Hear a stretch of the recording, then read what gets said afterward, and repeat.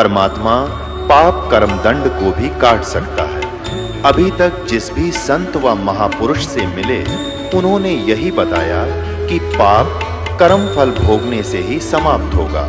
वो प्रभु कौन है जो पाप कर्म को काट देता है, वो काल के बंधन से छुड़वा देता है। उसका क्या नाम है, पूजा की विधि क्या है? कृपया अवश्य सुनिए जगत गुरु तत्वदर्शी संत रामपाल जी महाराज के अमृत वचन। वो तत्व ज्ञान है, उसके अंदर परमात्मा के पाने की सभी धर्म कर्मों की विस्तार से व्याख्या होती है। वो तत्व ज्ञान है। चौथे अध्याय के 34वें श्लोक में कहा कि अर्जुन तू उस तत्व ज्ञान को तत्वदर्शी संतों के पास जाकर समझ। उनको दंडोत प्रणाम करने से, कपट छोड़कर नम्रता पूर्वक प्रश्न करने से वह तत्वदर्शी संत तुझे उस तत्व ज्ञान का उपदेश करेंगे। और यही यजुर्वेद अध्याय नंबर 40 के श्लोक नंबर 10 से लेकर 13 तक स्पष्ट किया है। विद्वान और अविद्वान किसे कहते हैं? एक भाषा को जान लेता है किसी विशेष को तो उसको तुम विद्वान कह देते हो, और जिसको अक्षर ज्ञान नहीं उसको तुम अविद्वान कहते हो। विद्वान और अविद्वान की परिभाषा भी वो तत्वदर्शी संत बताओगा। भगवान कैसा है? कोई तो उसको संभवात्मा ने जन्म लेने वाला, कुछ असंभवात वो जन्म लेता ही नहीं, निराकार ऐसा मानते हैं। वो कैसा है ये ज्ञान भी तत्वदर्शी संत बताओगा। उसने पूछो, सुनो। और यहां गरीबदास जी कह रहे हैं, वही प्रमाण दे रहे हैं। काशी करवत काहे लेही, बिना भजन नहीं डंगरे। और कोटि ग्रंथ का यही अर्थ है, करो साध सत्संग रे। परम संत का संग करो। और महात्मा कबीर जी ने तो यहां तक व्याख्या करी है, अपनी महिमा आप बतावे। कबीर राम बुलावा भेजिया, दिया कबीरा रो। जो सुख है संत के संग में, वो बैकुंठ में ना हो। बैकुंठ में तो वह आग लाग रही है जो यहाँ पृथ्वी पर लग रही है, छोटे और बड़े की, निर्धन और धनी की। जो घनी भक्ति करके चला गया उसको उच्च पद मिल गया, थोड़ी भक्ति कर रहा है वहां कोई कलर कलर लग गया।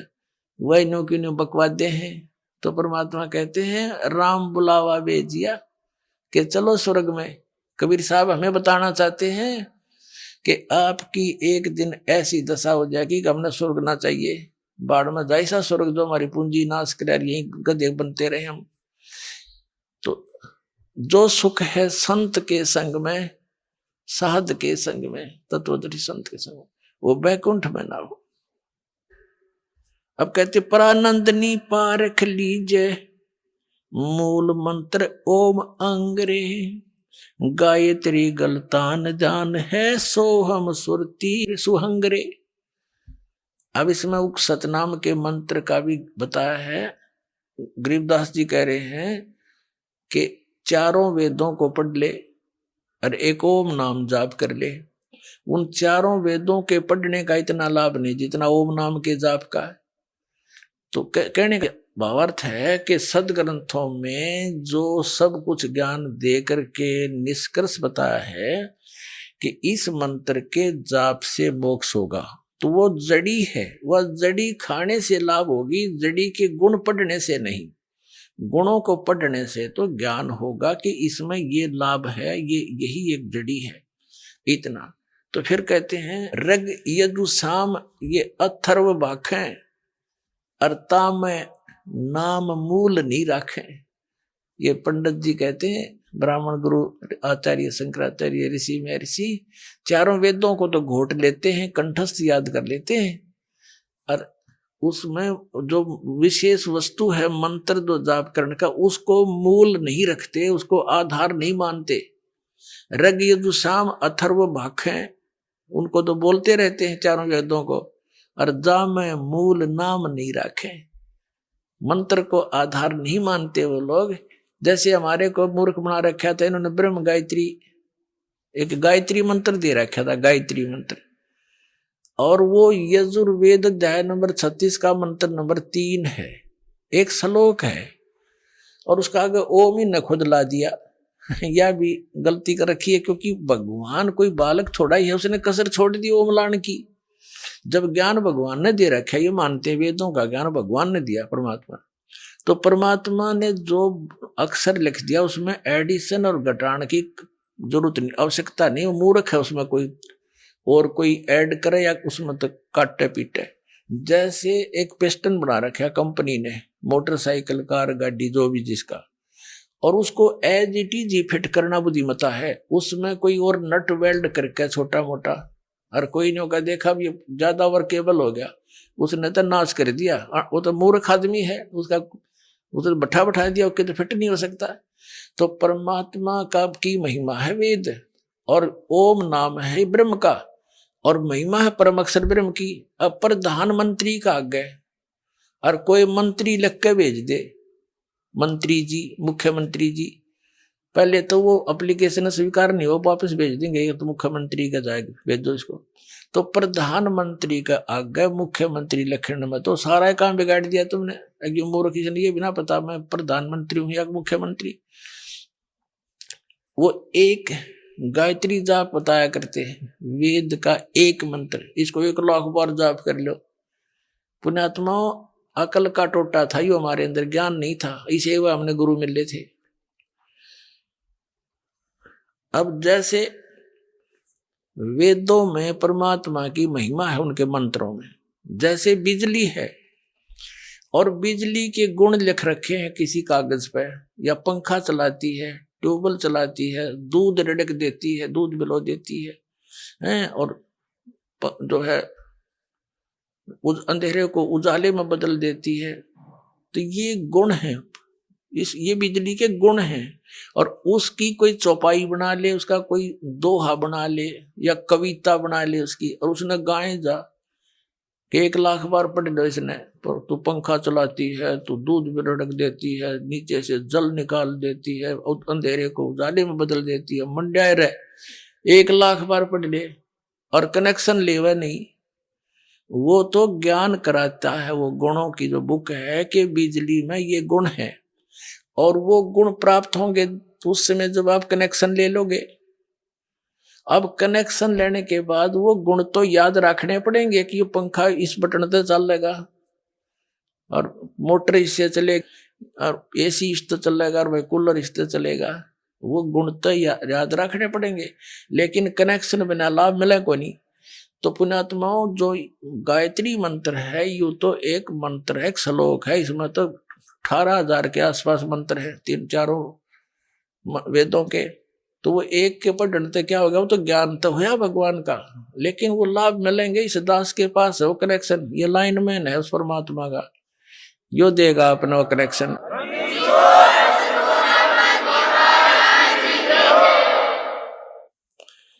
उसके लिए बताते हैं, अजपा जाप जपो निस्वास रे, जीत चलो जम जंग रे, गरीबदास दर्शन देवा के देख बोया चतवंग रे। गरीबदास जी कह रहे हैं कि अजपा जाप जपो निस्वासर, जो सतनाम का आपको दे रखा मंत्र वो अजपा जाप है, श्वास उश्वास से जाप करना होता है। और जीत चलो जम जंग रे, इस काल के साथ ये युद्ध जीत चलो इस सतनाम के हथियार से। और गरीबदास दर्शन उस परमात्मा के देख के होया मन चत भंग रे, कहता मैं तो आश्चर्य में पड़ गया, भगवान कोई और था, हम मान किसको रहे थे। तो पुण्यात्माओं, इसमें कहा कि मन मान सरोवर गंगरे, जहां का बिछड़ा तहां मिलाऊं, सुनो शब्द पर संगरे। तो आज का जो सत्संग प्रारंभ हुआ था कि आप इस नमक की मार्केट के बोरियों में और उस बूरा की मंडी को छोड़कर आ गए नमक की मंडी में। यहां आप बूरा का जो है टेस्ट खोज रहे हो, ये उसी मार्केट में ले चलूंगा आपको जहां पर वो टेस्ट आपको प्राप्त होगा, वो सर्व सुख प्राप्त होगा, इस दास के पास वो ओरिजिनल साधना है, इसको ग्रहण करो, अपना कल्याण कराओ। सत साहिब, सत सत।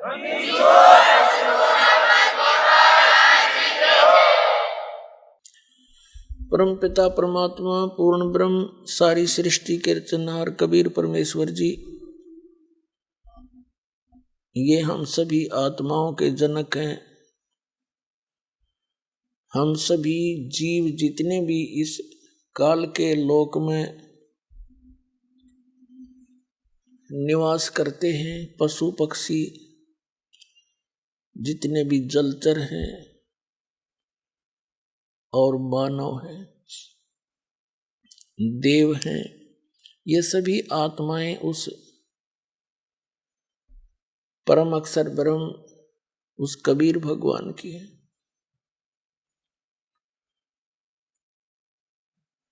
वो कबीर परमात्मा कौन है? जिनके गुण वेद भी गाते हैं, जिनकी महिमा कुरान शरीफ भी बतलाती है, जिनकी महिमा प्रत्यक्ष दृष्टा संतों ने भी की हुई है। वो कौन है? अनंत कोटि ब्रह्मांड का एक रति नहीं भारे, सतगुरु पुरुष कबीर हैं कुल के सिरजनहारे। हम सुल्तानी नानक तारे दादू को उपदेश दिया, जात जुलाहा भेद न पाया वो काशी माहे कबीर हुआ। जुलाहा कबीर, दानक कबीर, ये परम अक्षर ब्रह्म है। पुण्यात्मा,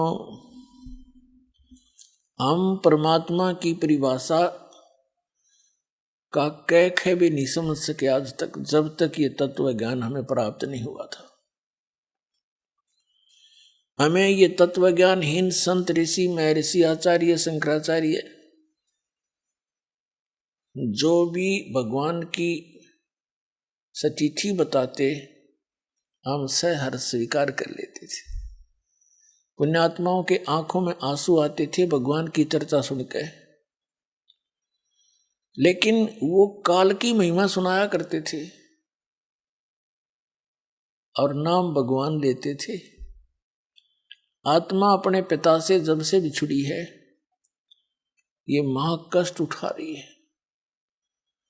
अभी पुण्यात्माओं, आप इस ज्ञान से पूर्ण रूप से परिचित नहीं हुए हो, जिसमें आपकी बुद्धि इतनी मैच्योर हो जाएगी कि आप प्रत्येक संकेत को समझने लग जाओगे, तब आप परमात्मा को अच्छी तरह जान जाओगे।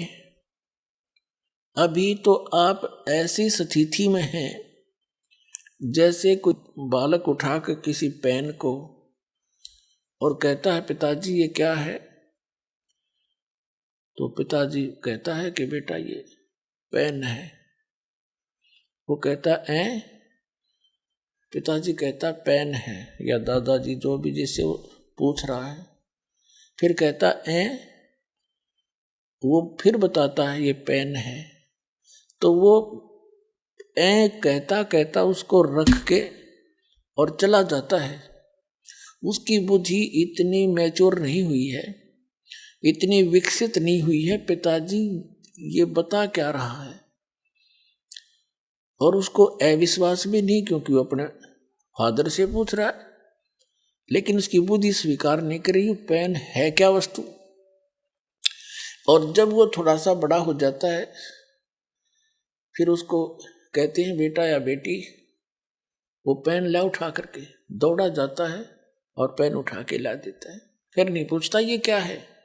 तो पुण्यात्माओं, अभी आपकी या ऐनी मिट्टी है, इस ऐ को मिटाने के लिए इतना ज्ञान दिया जा रहा है, सैकड़ों प्रमाण रखे जा रहे हैं आपके सामने। एक दिन आपकी यह ऐ मिट जाएगी, क्योंकि ज्ञान से ही मिटेगी। वो क्या ऐ है? जैसे हम कहते हैं परमात्मा कबीर साहब है, आप सभी स्वीकार करते हो क्योंकि प्रमाण गणे दे दिए। फिर हम बताते हैं कि ये लोक यहां रहने का नहीं है, और ये परिवार जिसको आप मानते हो आपका नहीं है। ये परमात्मा के बच्चे आपके संस्कारवश जुड़े हुए हैं। और जो संपत्ति, जो घर, मकान, कोठी, बंगले तुम बनाए बैठे हो, ये आपके नहीं है। लेकिन आप अस्वीकार भी नहीं करते। दास बोल रहा है क्योंकि आप मेरे शब्द के बच्चे हो, जिसे नाद के कहते हैं। और आपको ये अविश्वास भी नहीं है कि गुरुजी गलत कह रहे हैं, लेकिन यह बात आपकी अस्थिति में है अभी तक। तो एक समय ऐसा आएगा, आपको ये अपने नहीं, भगवान के संपत्ति दिखाई देगी, भगवान के ही ये सब जीव दिखाई देंगे। फिर आपकी भक्ति भी दृढ़ बनेगी और आप निश्चिंत भी होगे, क्योंकि मालिक ने प्रत्येक की चिंता है।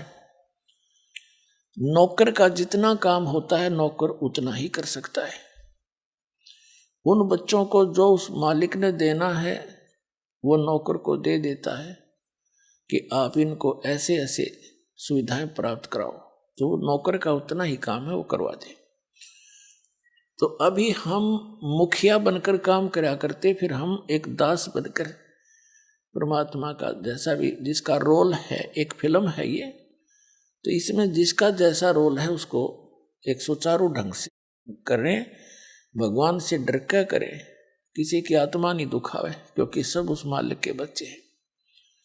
और इस मन पापी ने डांटे, जरा सा क्रोध होकर मन मान यू घर में कड़े मचवा दे 1 मिनट में, उसको ज्ञान से और परमात्मा के भय से उसको कंट्रोल करें।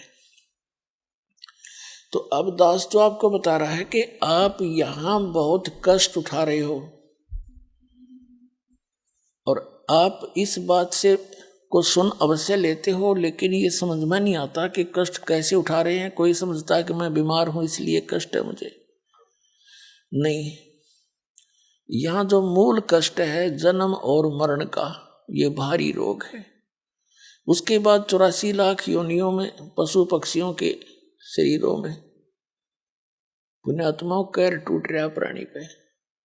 अब आप मनुष्य हो और मानव शरीर में ही आप ज्ञान ग्रहण कर सकते हो, और मानव शरीर में परमात्मा ने इतनी सुविधा भी दी है आपको कि आप अपने मकान झोंपड़ी डाल सको, गर्मी सर्दी से बचने के लिए पतले मोटे कपड़े की व्यवस्था कर सको। आप उसको छोड़कर आप भक्ति मार्ग से दूर होकर केवल यहाँ की संपत्ति जोड़न में और यहाँ कोठी बंगले बना के एक फोकट में मां बनाने की ओर सी लगा लिया आपने, जो आपकी भारी भूल है। इस भूल को हटाने के लिए परमात्मा आए, पूर्ण ब्रह्म, अनंत कोट ब्रह्मांड के पालक, और एक झोंपड़ी में जुलाहा बनके हाथ से काम करके कपड़ा बुनकर एक लीला करके दिखाई कि यदि तुमने भक्ति में सफल होना है, अपनी इन मनोकामनाओं को, इच्छाओं को सीमित करना पड़ेगा। समाज को देखकर आप भक्ति मार्ग पर नहीं चल सकते। ये दूसरी बात है कि आप जैसी भक्ति करोगे वैसा फल तो आपको मिलता ही रहेगा, लेकिन मोक्ष प्राप्ति के लिए आपने अपनी सभी परंपराओं को, जो हमने स्वयं बनाकर अपने पैरों में बेड़ी डाल ली, उनको ईब समाप्त करना पड़ेगा। पैसों की आवश्यकता किस लिए पड़ती है? बड़ी कोठी बनाकर महिमा हो जावे गांव में, नगर में, कि बड़ी कोठी है उनकी, बड़ा पैसे वाला व्यक्ति है, बड़ी कार हो, चलिए तेरे संस्कार में होगी, ये तो हो ही जाएगी, और फिर हो जाती है मृत्यु। कोठी वाले की मृत्यु हो जाती है, कुत्ता बनकर उसी गली में बाहर बैठता है कीचड़ में, गर्मी और सर्दी में, ऊपर से वर्षा हो रही है, वो ठिठुर रहा है कोठी वाला बाहर बैठकर कोठी में। कोई अन्य ही प्राणी जो परमात्मा के बच्चे हैं वो भी निवास कर रहे हैं। कुछ दिनों में उनकी भी टिकट कटेगी, वो भी बाहर बैठेंगे गली में जो भक्ति नहीं करते। तो ये जो दुर्गति और भविष्य में होने वाले कष्ट आपका हरदम चित्त में रहने लग जाएंगे, फिर आप भक्ति कर सकते हो। ये जो दास आपको बता रहा है, क्योंकि सत्संग जो है एक ऐसा सामूहिक शिक्षा स्थल है जिसमें पहली कक्षा के बच्चों के लिए भी कुछ ज्ञान बताया जाता है, दूसरी के भी, तीसरी के भी, मैट्रिक वालों को, 10वीं कक्षा वालों को, बीए वालों को, एमए वालों को, यानी अंतिम पढ़ाई वालों को भी हिंट दिए जाते हैं। सत्संग के अंदर सबको ज्ञान दिया जाता है और आपको बताया जा रहा है कि आप यहाँ के वासी नहीं हो, आप सतलोक में रहा करते थे और वहां आपकी मृत्यु नहीं होती थी, वृद्धावस्था नहीं थी, कोई रोग शरीर में नहीं था। आज कोई वृद्धावस्था नहीं चाहता और सबकी होगी, पहले मर गया वो दूसरी बात है, और फिर बुढ़ापा भी, वृद्धावस्था भी होगी और मृत्यु भी डेफिनेट, और हम फिर भी आंख नीचे बैठे यहाँ पर। तो अभी तक तो हमें इसका विकल्प नहीं था, अब परमात्मा ने विकल्प बता दिया कि जब तक इस शरीर में रहो वो आपका मकान जो भी सीमित सा बना कर रखो, ज्यादा बड़े की आवश्यकता नहीं। जैसा भी आपके संस्कार में कोई बड़ा भी बन गया है तो कोई प्रॉब्लम नहीं है। यानी लोग दिखावा होड़ नहीं करे, एक दूसरे ने देख कर रीस नहीं करे इन बकवादों की। कोई विवाह करता है लड़की का, उसमें लोग दिखावा पता नहीं कितना ड्रामा करता है, पैंट बाजे बजवाता, ये बकवाद है सारी। पहले तो हम इनको सीमित करेंगे, फिर भक्ति बनेगी। पुण्यात्माओं, आप जो दास ज्ञान दे रहा है ये किसी डूम बाट के गीत नहीं, किसी स्वार्थी व्यक्ति के द्वारा कोई नावल की कथा नहीं सुना रखी, खुद भगवान ने आकर के ये आपकी जो समस्याएं हैं ये खुद बताई हैं आकर के, और साथ में इसका समाधान बताया।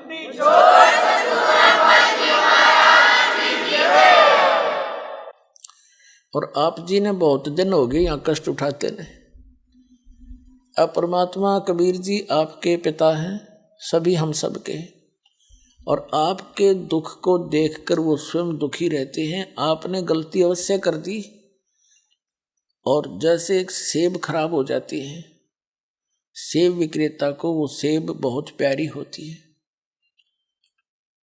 उसको पता है कितनी कीमती है, लेकिन खराब होने के बाद उसके पास कोई विकल्प नहीं है, उसको बाहर फेंकना ही पड़ता है।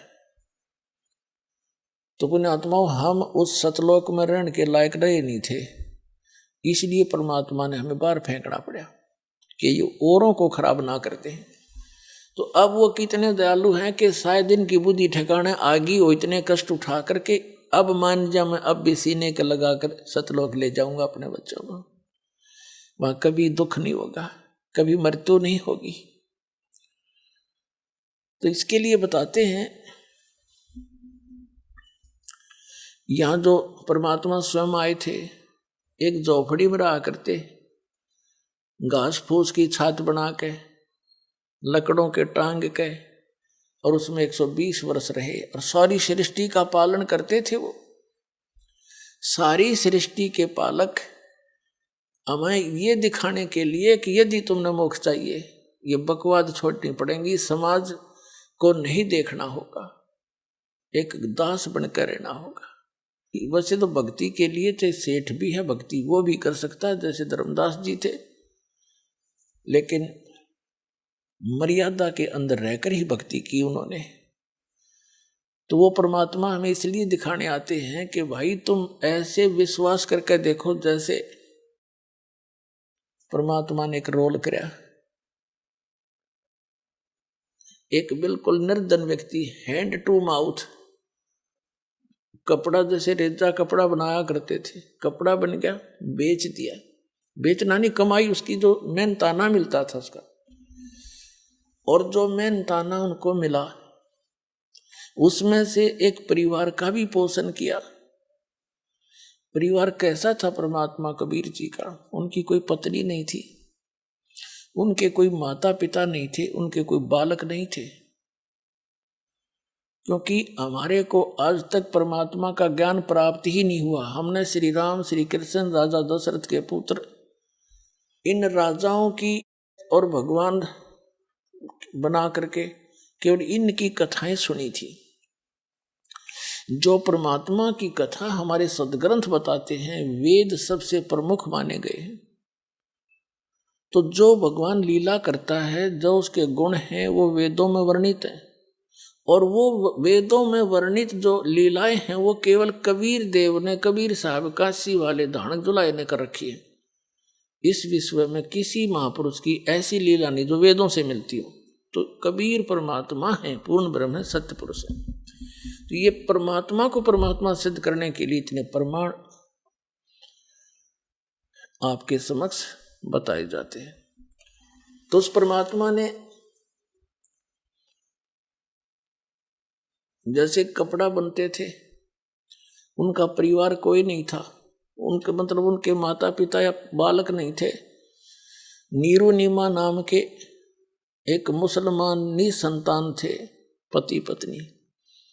और कबीर परमात्मा यानी पूर्ण ब्रह्म सत्य पुरुष सतलोक से आकर काशी शहर में लहर तारा नामक एक तालाब के ऊपर, तालाब के अंदर कमल के फूल के ऊपर एक शिशु रूप धारण करके विराजमान हुए थे। नीरू नीमा प्रतिदिन उस सरोवर में स्नान करने के लिए जाते थे। गर्मियों का मौसम था और परमात्मा को सरोवर में कमल के फूल पर पाकर वो फूले नी समाई घर ले आई। फिर परमात्मा ने 25 दिन तक कुछ भी आहार नहीं किया, तो दोनों बड़े चिंतित हुए। विशेषकर नीमा बहुत दुखी हुई और अंत में फैसला कर लिया कि यदि ये बालक मर गया तो मैं भी साथ मरूंगी। तब कबीर परमेश्वर बालक रूप में जो उनके घर पे निवास करते थे, उन्होंने प्रेरणा की भगवान शंकर से। भगवान शंकर अपने शिवलोक से आए साधु रूप बना के। तब नीरू और नीमा से उनकी समस्या का कारण पूछा, क्यों दुखी हो तुम? उन्होंने कारण बताया कि एक बालक मिला है। नीरू नीमा उसी जन्म में पहले एक ब्राह्मण ब्राह्मणी थे, गौरी शंकर और सरस्वती उनका नाम था। गौरी शंकर ब्राह्मण का, पुरुष का, और सरस्वती उस बहन का नाम था, उसकी पत्नी का। मुसलमानों ने उनको जबरदस्ती मुसलमान बना दिया था, जिस कारण से वो अन्य ब्राह्मणों ने समाज से निकाल दिया था। पहले उनको दक्षिणा मिलती थी, वो बंद होगी तो उन्होंने जुलाहे का कार्य शुरू कर दिया था। लेकिन वो भगवान शंकर के दृढ़ पुजारी थे। वो भले ही मुसलमान बन गए थे, लेकिन पूजा वो अपने भगवान शिव की हृदय से किया ही करते थे। वैसे तो यथार्थ ज्ञान आपको जब होगा तो हजरत मोहम्मद जी तो थे, ये भगवान शिव के लोक के एक गण थे, पुण्यात्मा थी। भगवान शिव के लोक से ही आए थे वो भी। मुसलमान धर्म टोटली भगवान शंकर के ही उस गण के द्वारा बताए गए ज्ञान पर, उनके फार्मूलों पर वो अपना भक्ति मार्ग करते हैं। तो भगवान शंकर ने आकर उनसे पूछा साधु रूप में, तब उन्होंने कारण बताया। नीमा ने कहा कि भगवान हमारे कोई संतान नहीं थी और हमारी आयु भी 60 वर्ष से ऊपर हो गई है। अभी कुछ दिन पहले मैंने हृदय से पुकार की थी अपने भगवान शंकर की, उन्होंने मुझे कमल के फूल पर एक बालक दिया है। अब ये बच्चा कुछ खा नहीं रहा, ना पी रहा है, ये मर गया तो साथ मरूंगी महात्मा जी। अब मैं इस विदाई के दुख को सहन नहीं कर सकती, ये बालक मुझे इतना प्यारा लगता है। शंकर भगवान ने कहा कि माई, वो दिखा तेरा बालक कहाँ है, लाना जरा बाहर। माई लाई नीमा उठा के, सोचा बालक को महात्मा जी के चरणों में डाल दूं, ये कुछ रहम कर दे, इनका जीवन बच जाए। इस उद्देश्य से नीमा ने भगवान शंकर के चरणों में बच्चा डालना चाहा, ऐसे चरणों में रखना चाहा, ऐसे आकाश में उड़ गए भगवान, और भगवान शंकर के सिर के बराबर में आके ऐसे स्थिर हो गया हवा में। नीमा ने सोचा कि इस बाबा जी में करामात बहुत घनी, मेरा बेटा उड़ा दिया, हवा में रोक दिया। तब परमात्मा ने कहा कि हे महात्मा जी, इनसे कहो एक कंवारी बछिया ले आवे, उस कंवारी बछिया पर आप अपना हाथ रख देना आशीर्वाद का, वो दूध दिया करेगी। अब भगवान शिव ने जब देखा बालक आकाश में उड़ गया, शिव जी को तो पता था कि कोई मेरा योगदान नहीं है इसके आकाश में उड़ जाने में, और ये बोल रहा छोटा सा बालक, ये कोई महापुरुष है, सिद्ध पुरुष है। भगवान शिव ने ऐसा किया कि आओ मेरे पास, गोदी में आ गए परमात्मा, उनके हाथों में आ गए, जैसे बालक आ जाता है। फिर भी 2-3-4 बार उनसे बात करी और फिर कहा कि इनसे मैंने जो कहा वैसा करें। तब नीमा को भगवान शंकर ने कहा कि नीमा माई, ये बेटा तेरा मरने वाला नहीं है, देखो मैंने इसका हस्त रेखा देखी है, इसकी तो बहुत लंबी आयु है, ये जब तक चाहेगा शरीर नहीं छोड़ेगा, तू चिंता ना कर, ये मरेगा नहीं। नीमा ने कहा बाबा जी, महात्मा जी, इन सुखी सांत्वनाओं से मेरा दिल ना डटे, मेरी आत्मा जब मानेगी जब ये कुछ दूध पी लेगा। तो भगवान ने कहा कबीर साहब ने कि इनको कहो गाय ले आओ कंवारी। तब भगवान शंकर ने कहा जाओ एक कंवारी गाय लाओ नीरू। नीमा के पति से कहा, नीरू गया और कुम्हार से एक ताजा बर्तन लाना, मटका, पात्र, छोटा घड़ा जिसमें दूध निकाला जाया करेगा। अब नीरू गया, एक बछिया ले आया और एक छोटा सा मटका ले आया छोटा सा, और छोटे छोटे बर्तन जो मुंह लगा के पीते हैं, कप टाइप मिट्टी के बना करते थे पहले, उनको हमारे यहाँ तो कसोरे बोलते हैं, मिट्टी के प्याले, वो भी ले आए। और परमात्मा के आदेश अनुसार भगवान शंकर जी ने उस बच्चिया की कमर पर आशीर्वाद भरा हाथ मार दिया, लंबे लंबे सतन हो गए और दूध की धार चल पड़ी। वो पात्र साफ करके नीचे रख रखा था, वो भर गया। तो उस प्रकार परमात्मा के प्रतिदिन वो ये दूध पान करने लगे। परवरिश की लीला कबीर परमात्मा की बालक रूप में जब आए थे, कंवारी गाय से हुई थी। ये परमात्मा कबीर जी की जीवनी में लिखा है। और उस परमेश्वर कबीर जी ने जो परमात्मा परम अक्षर ब्रह्म सत्यपुरुष अमर पुरुष जो लीला किया करता है, वो लीला कर रखी थी। उसी के अनुसार वो आदरणीय गरीबदास साहिब जी को मिले थे, जैसे कि आपको सत्संग में सुनाया था सुबह। उनको सचखंड लेकर गए थे, फिर उनके अंदर पूरा ज्ञान भर दिया था भूत और भविष्य का। पहले क्या हुआ था, मैंने क्या क्या लीलाएं की थी, मैं कहाँ कहाँ रहा था। जैसे श्री तुलसीदास जी ने लाखों वर्ष पहले की रामायण लिपिबद्ध कर दी अपनी वाणी में, चौपाइयों के माध्यम से, दोहों के माध्यम से, और वो सर्वमान्य है हिंदू समाज में। इसी प्रकार आदरणीय गरीबदास साहिब जी ने उस परम अक्षर ब्रह्म की लीला, कबीर परमेश्वर की लीला, उनके द्वारा प्राप्त दिव्य दृष्टि और दिव्य ज्ञान के आधार से अपनी अमृत वाणी में लिख रखी है, जो एज इट इज सर्वमान्य है। जो परमात्मा ने लीला की थी उनसे भी मिलती है, जो कबीर सागर में लिखी हुई है। और जैसे दिव्य दृष्टि जो होती है, इसकी समता होती है, क्षमता, जैसे दूरबीन होती है, दूरबीन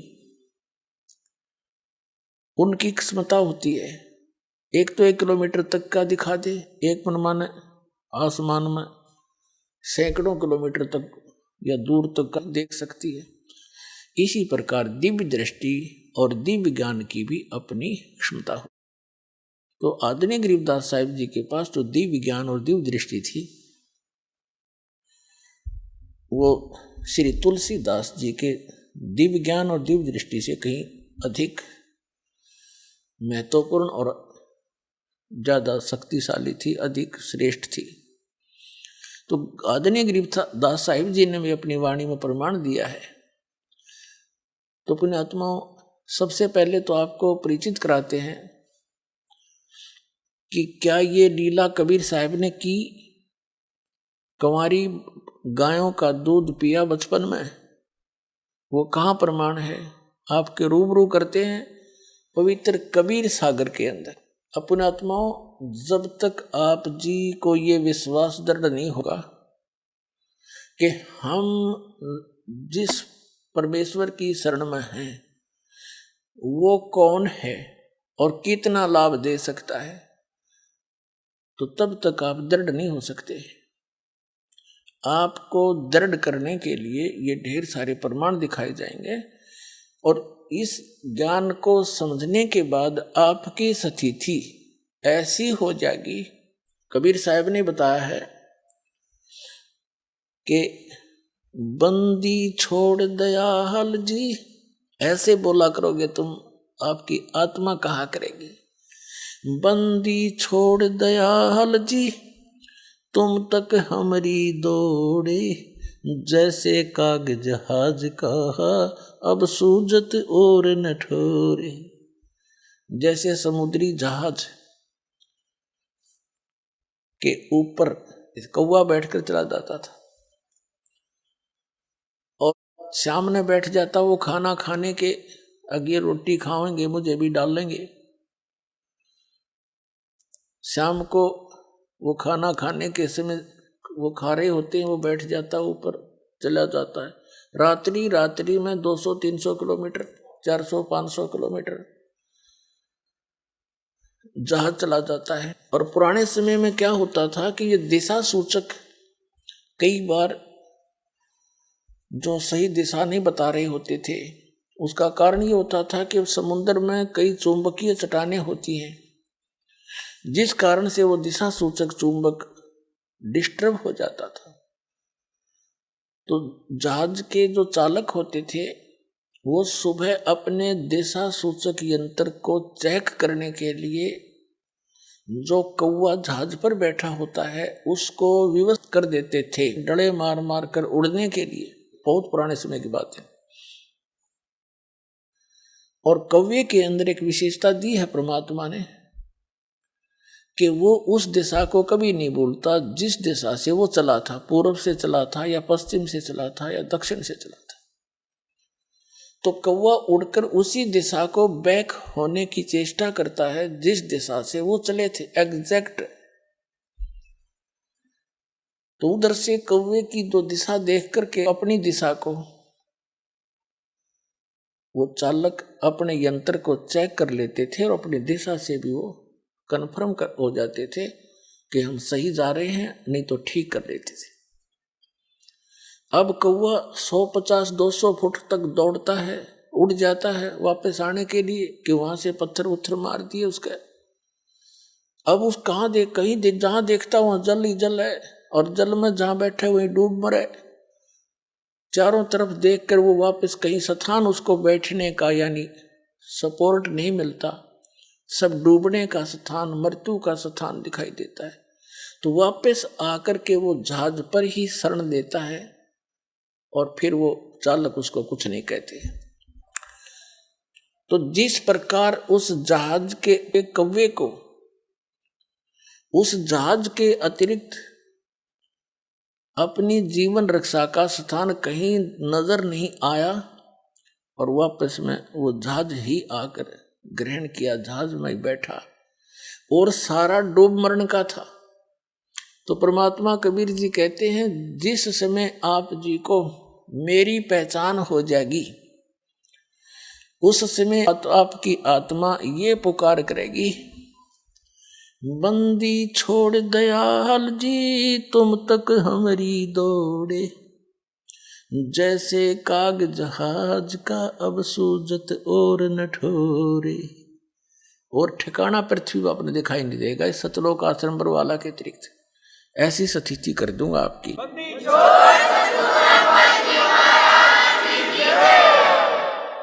अब आपको प्रमाणित करते हैं कि 600 वर्ष पहले भगवान आए थे, अपने पिता आए थे, और हम अपने पिता को पहचान नहीं सके, और हम इन काल के अवतारों को अपने मालिक मान के इनके लिपटे रहे। ये आप दुखी, ये आप जन्म मृत्यु के अंदर। तो जब ये स्वयं ही जन्म मृत्यु के अंदर हैं तो हमारी रक्षा क्या करेंगे? तो ये ज्ञान नहीं था हमें, तो ये ज्ञान अब परमात्मा ने कंप्लीट दिया अपने को। अब आपको दिखाते हैं कि 600 वर्ष पहले जब अपने पिता आए थे और जो उनका विरोध कर रहे थे वो भी उन्हीं के बच्चे थे, ब्राह्मण थे, काजी मुल्ला थे, आचार्य शंकराचार्य थे। ये भी उसी परमात्मा के बालक हैं। उनके अभिमान का नशा हो रहा था और एक संस्कृत भाषा जानकर विद्वान पाक रहे थे। परमात्मा के साथ इतनी बदतमीजियां की हमने, उनको तो शर्म आई होगी, पर अब लज्जा हमें बहुत आती है कि हमने के जुल्म किए। हो सकता हम भी डले मारन में उस टाइम उनके, क्योंकि हम बुद्धिहीन हैं। तो पुण्यात्माओं, उन्होंने किसी को बद्दुआ नहीं दी, नहीं तो वो कुछ भी कर सकते थे। जैसे दुर्वासा जी एक ऋषि हुए हैं, काल के ऋषि, ब्रह्म के पुजारी थे, और श्री कृष्ण जी के पुत्र पर जो मन ने और साथ में 5-10 और यादव बच्चों ने जाकर उनके साथ मजाक कर दिया था, और उस मजाक करने से इतना भयंकर श्राप दे दिया कि तुम्हारा नाश इसी से होगा जिसका तुम गर्भ बना कर आए हो। नकली गर्भ बना रखा था, एक सांक रखा था, स्वांग पर रखा था, एक गर्भवती स्त्री का प्रदुमन को बना रखा था। पेट पर कढ़ाई बांध कर, छोटी सी कढ़ाई, ऊपर का लोग रुई बांध कर, कपड़ा बांध कर, ऊपर का ड्रेस पढ़ाती औरतों वाली। दुर्वासा से पूछा था कि भगवान, गणित बहुत वर्षों के उपरांत विवाह के इनको संतान की आशा हुई है, ये उतावले हो रहे हैं, आप इन्हें बताइए पुत्र होगा या पुत्री। अब इन सिद्धियों में थोड़ी बहुत अंदर की जानकारी हो ही जाती है। उसने देखा, जानते हैं ये तो लड़का है, स्वांग बना रखा है, श्राप दे दिया कि यादव कुल का नाश होगा इस तरह, और सारे यादव कटके मर गए। तो यहाँ महापुरुष परमात्मा कबीर साहब के बच्चे गरीबदास जी कहते हैं, दुर्वासा कोपे तहाँ समझ न आई नीच, और 56 करोड़ यादव कटे मची रुधिर की कीच। कहते हैं दुर्वासा क्रोधित हो गया छोटी सी बात पे, नकमी आत्मा, नीच आत्मा, और कैसा जुल्म कर दिया, कैसा श्राप दे दिया। 56 करोड़ यादव यानी श्री कृष्ण के वंशज आपस में लड़का मर गए कटके, जरा सी बात पर इतना श्राप दे दिया। और परमात्मा के साथ वो कैर डाए थे हमने उस समय, और उन्होंने हृदय से भी किसी को बद्दुआ नहीं थी, क्योंकि वो हमारे पिता है। वो किसको श्राप दें और किसको मारें, किसको बचाएं? बचा तो सकते हैं पर वो मार नहीं सकते। हमने सबसे पहले परमात्मा को पहचानना है कि हु इज गॉड, और भगवान को पहचानने के बाद फिर संशय खत्म हो जाएंगे। फिर तो हम आंखें बंद करके उस मार्ग पर चलेंगे। फिर चाहे सारा विश्व एक तरफ हो जाओ कि तुम गलत जा रहे हो, हम नहीं मानेंगे उनकी, क्योंकि हम पूरा नरक परख कर चलेंगे। अब देखिएगा, ये कबीर सागर संपूर्ण 11 भाग, वही प्रकाशक है इसके। ये है कबीर सागर ज्ञान सागर खंड, प्रथम खंड कबीरपंथी भारत पथिक स्वामी युगलानंद बिहारी द्वारा पुरस्कृत। मुद्रक एवं प्रकाशक हैं खेमरा श्री कृष्ण दास, अध्यक्ष श्री वेंकटेश्वर प्रेस, खेमरा श्री कृष्ण दास मार्ग, मुंबई। इसके 74 पृष्ठ पर 74 पे इसमें लिखा सुन, ये ज्ञान सागर है। सुन जुल्हा मन भयो आनंदा, जिमी चकोर पायो निश्चंदा। जुलाहा वो नीरू, ले सुत चले हर्ष मन कीना, तासों पुनः अस बोल ही दीना। आगे बताया है, सुत काशी को ले चले लोग देखण तय आवे, अन्न पानी बख्शे नहीं जुल्हा शोक मनावे। तब जुल्हा मन कीन तिवाना, रामानंद सौ कही उत्पाना। मैं सुत पायो बड़ा गुणवंता, कारण कौन बखे नहीं संता। रामानंद ध्यान तब धारा, जुल्हा सो तब अस वचन उचारा। पूर्व जन्म ते ब्राह्मण जाति, हरि सेवा की नी बलवाती। कुछ तुम सेवा हरि की चुका, ताते भयो तेरा जुल्ह को रूपा। जुल्हा बन गया तुम। और प्रीति प्रभु गए तो लीनी, ताते उद्धान में सुत तो दीना। अब ये नूरी है, नीरू नहीं, मिसप्रिंट करके नीरू वचन। हे प्रभु जस की नोतस पायो, रामानंद जी के पास इन्होंने पुण्यात्मा, जैसे आपको दिन में सत्संग सुनाया था कि काल ने कहा था परमात्मा से कि 12 पंथ करूं मैं साजा, नाम तुम्हारा ले करूं आवाजा। 12 पंथ नाम जो ले ही, सो मेरे मुख आन समोई। काल ने कहा था कि कबीर नाम तय, आपके जाने के बाद कबीर नाम से 12 नकली पंथ चलाऊंगा कबीर पंथियां के, और अनेक पंथ चलाऊं उस न्यारे जैसे राधा स्वामी, धन धन सदगुरु, जय गुरुदेव, और ये दोनों दाड़े, ये सारे निरंकारी निरंकुरी, ये सारे उसी अन्य पंथों में से हैं। आइए अब हम उन श्रद्धालुओं के अनुभव जानते हैं जो जगत गुरु तत्वदर्शी संत रामपाल जी महाराज जी से दीक्षा प्राप्त कर चुके हैं तथा उनके द्वारा बताए गए भक्ति मार्ग पर चल रहे हैं। नमस्कार सर। नमस्कार सर जी। सर क्या नाम है आपका? मोहम्मद सिराज खान। मोहम्मद सिराज खान जी, आप कहाँ से हैं? जिला गया बिहार से हूँ जी। मोहम्मद सिराज खान जी, आपने संत रामपाल जी महाराज से नाम दीक्षा कब ली? 2013 में लिया जी। मोहम्मद सिराज खान जी, संत रामपाल जी महाराज की शरण में आने से पहले आप क्या भक्ति साधना या इबादत किया करते थे? मोहम्मदन समाज से मैं जो किया करता था, जो अपने पूर्वज का नमाज पढ़ना, रोज़े रखना, बकरीद मनाना, मुहर्रम मनाना, ये सब करता था जी। और उसमें अपने एक पीर बनाया था जी। इससे पहले संत रामपाल जी महाराज से पहले मैं 2 पीर बनाया जी। अपने मुसलमान धर्म में पिछली भक्ति साधना सब किया करता था जी। तो फिर क्या कारण बना कि आप संत रामपाल जी महाराज की शरण में आए? जी सर जी, कारण यह बना कि जिस पीर से हम जुड़े हुए थे जी, जिनके शरण में थे, वो कुछ ऐसा हमारे साथ ऐसा कुछ लगा कि ये गलत है। तो फिर एक संत रामपाल जी महाराज के शिष्य थे, तो उनसे कुछ वार्तालाप होती थी जी। तो ऐसा हुआ ना कि एक लगातार 1 महीना ऐसे चलते रहा, सिलसिला चलते रहा। मैं अपना ज्ञान चलाते रहा, वो अपना भगत जी संत रामपाल जी महाराज जी के शिष्य अपना ज्ञान चर्चा करते रहते थे, और आसुनी कन्या रामायणी करते थे और संध्या आरती करते थे। तो हम उनका सुनते थे और संत रामपाल जी महाराज जी की जयकारा लगाते थे भगत जी। तो हम भी उसको याद कर लिए। तो मैं भी सोचा कि मैं बोल के देखता हूँ।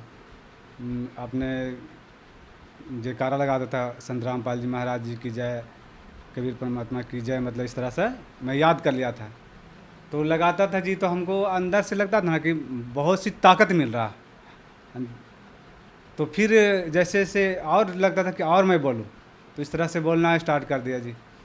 फिर एक दिन क्या हुआ कि ड्यूटी गए और ऐसी कोई पुस्तक, कबीर पंथ का ही कोई पुस्तक मैं गिरा हुआ था, वो उसे उठा करके मैं ऐसी, पढ़ा लिखा तो नहीं हूँ जी, मैं देख रहा था क्या लिखा हुआ है ऐसे।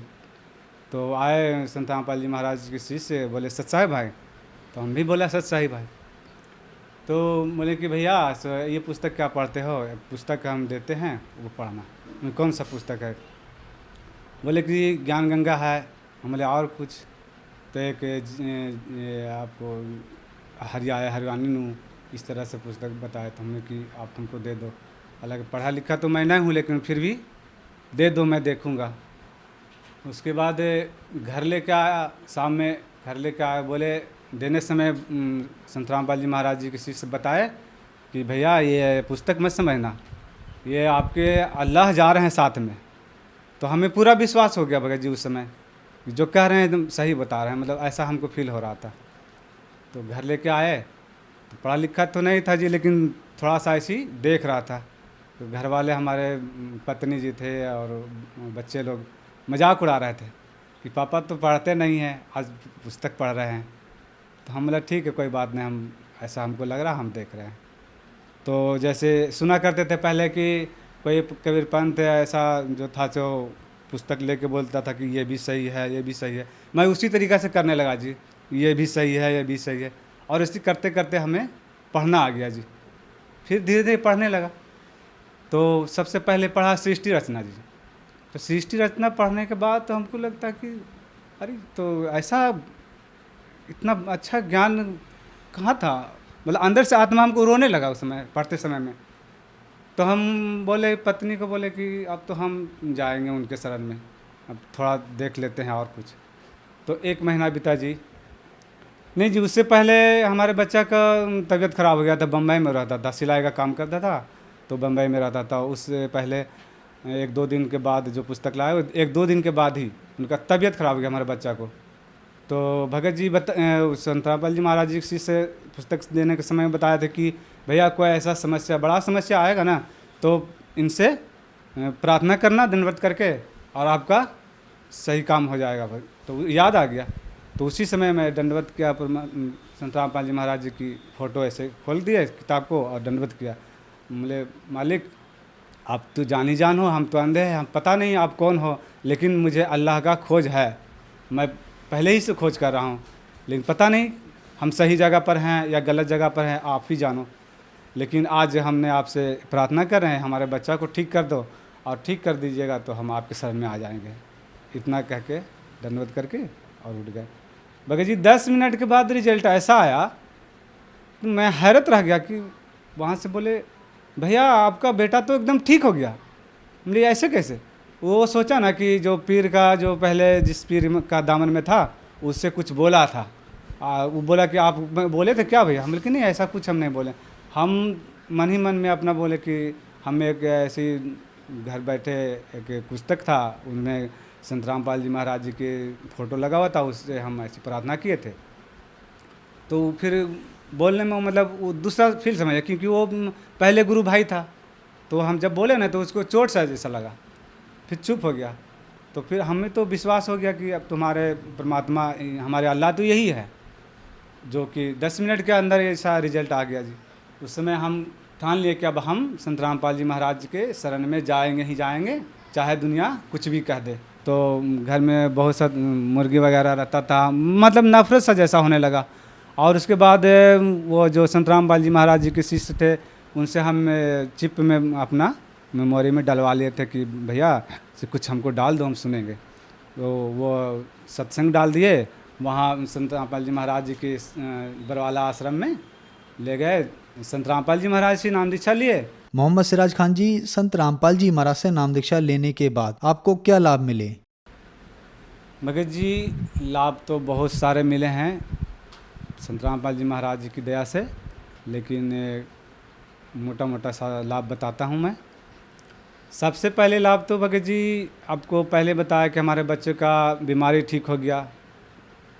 उसके बाद हमारी पत्नी को बवासीर का बीमारी था, वो भी परमात्मा की दया से, संत रामपाल जी महाराज जी की दया से ठीक हो गया जी। और एक लाभ और हुआ भगत जी, हमारी पत्नी जी रेलवे लाइन में गुस्सा के मारे कटने चली गई थी भगत जी। संत रामपाल जी महाराज जी के हमने नाम दीक्षा ले ली थी। उसके बाद तो हम संत रामपाल जी महाराज जी के घर में दंडवत प्रणाम स्थान था, उस जगह दंडवत किए और बोले कि मालिक अब इस दास का इज्जत आपके हाथ में है, हमारे छोटे छोटे से बच्चे हैं, अगर कुछ हो जाता है तो इस दास का इज्जत का कोई ये नहीं रहेगा, अब आप ही जानो कैसे होगा। अब इतना बोल करके हम दंडवत करके बैठ गए। फिर देखें, सोचे कि देख लेते हैं फिर एक बार, पता नहीं किधर चले गए। तो आप इधर निकले आगे तो देख रहे हैं कि चली आ रही है। अब आते के साथ बहुत से आके घबरा के रोने लगी। मुझे रोती हैं क्यों? तो माफ़ी मांगने लगी पत्नी। बोले हमसे माफ़ी क्यों मांग रहे हैं, परमात्मा से माफ़ी मांगो।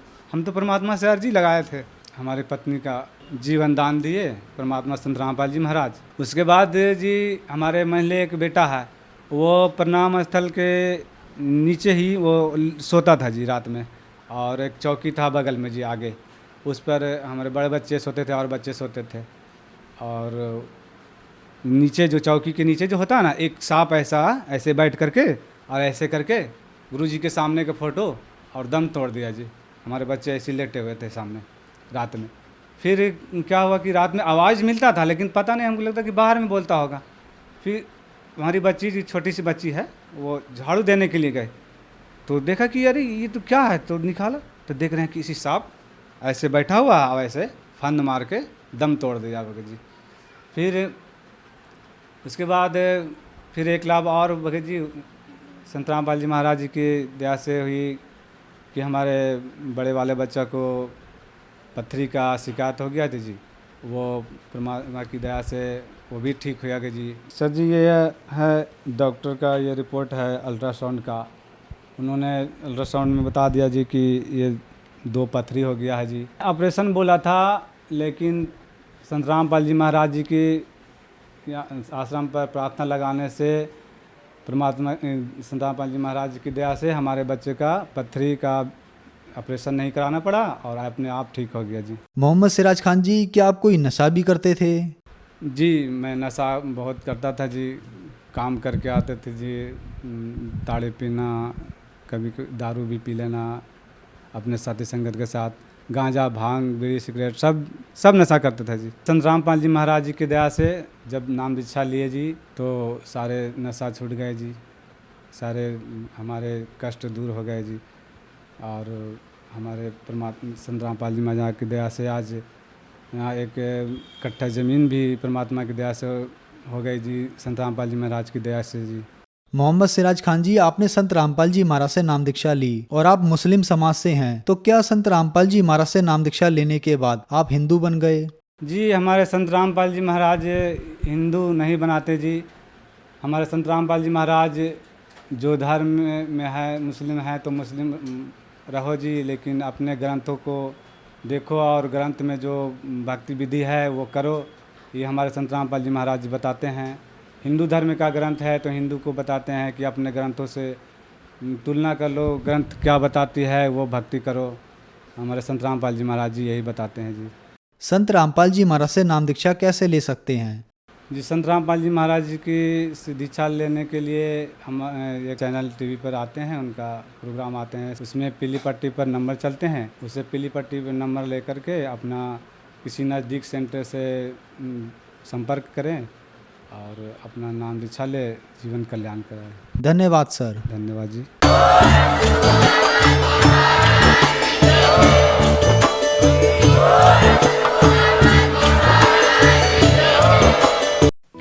आप सुन रहे थे जगत गुरु तत्वदर्शी संत रामपाल जी महाराज के मंगल प्रवचन।